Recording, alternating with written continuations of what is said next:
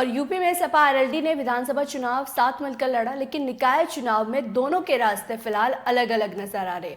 अखिलेश यादव निकाय चुनाव में प्रचार नहीं कर रहे तो पश्चिम यूपी में जयंत चौधरी भी उन्हीं की राह पर है। अब जयंत के सामने ऐसी क्या मजबूरी है जो अखिलेश यादव की राह पर चल रही है? इस बात से आरएलडी के कार्यकर्ता और नेता निराश है कि ऐसे में कैसे 2024 में बात बनेगी, जबकि सीएम योगी पश्चिमी यूपी के सहारनपुर से शंखनाद कर चुके हैं। जिस निकाय चुनाव को 2024 का लिटमस टेस्ट माना जा रहा है, आखिर इस टेस्ट को देने में जयंत और अखिलेश को इंटरेस्ट क्यों नहीं है?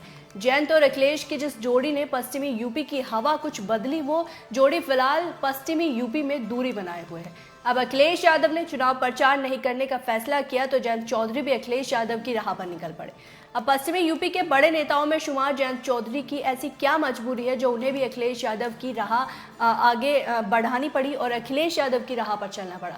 ऐसे हालातों में यही कहा जा सकता है कि गठबंधन ने बीजेपी के लिए खुला मैदान छोड़ दिया है, क्योंकि सीएम योगी आदित्यनाथ पश्चिमी यूपी के सहारनपुर से चुनावी शंखनाद कर संदेश दे चुके हैं कि पश्चिमी यूपी उनके लिए कितना अहम है। अब सपा प्रत्याशी की बात हो या आरएलडी की, बड़े नेताओं के नाम आने से मायूस है, क्योंकि मेरठ निगम महापौर सीट पर सपा गठबंधन प्रत्याशी सीमा प्रधान और उनके पति विधायक अतुल प्रधान पूरी ताकत झोंक रहे हैं। लेकिन अखिलेश यादव और जयंत चौधरी मेरठ आ जाते तो हवा बहुत कुछ बदल जाती। सीमा प्रधान से जब पूछा गया तो उन्होंने कहा कि सीएम और पीएम ऐसे चुनावों में भी आ रहे हैं तो प्रधानी में आए, हमारे नेताओं को हम पर भरोसा है। पश्चिमी यूपी कितनी महत्वपूर्ण है, चलिए आपको ये भी समझाते हैं कि क्यों बीजेपी का फोकस पश्चिमी यूपी पर है, क्यों सीएम योगी आदित्यनाथ ने निकाय चुनाव की जो भागदौड़ है वो अपने हाथ में ली और सहारनपुर से चुनावी प्रचार की शुरुआत की। आपको समझाते हैं कि पश्चिमी यूपी इतना अहम क्यों है।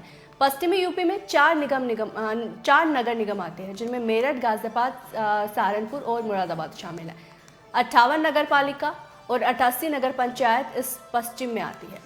लोकसभा की 14 महत्वपूर्ण सीट भी इसी पश्चिमी में आती है। और जब पश्चिमी यूपी इतनी महत्वपूर्ण है तो जयंत चौधरी ने इससे दूरी क्यों बनाई, एक बड़ा सवाल है, क्योंकि जबकि मिशन 2024 में निकाय चुनाव के बीच से होकर ही दिल्ली का रास्ता जाएगा।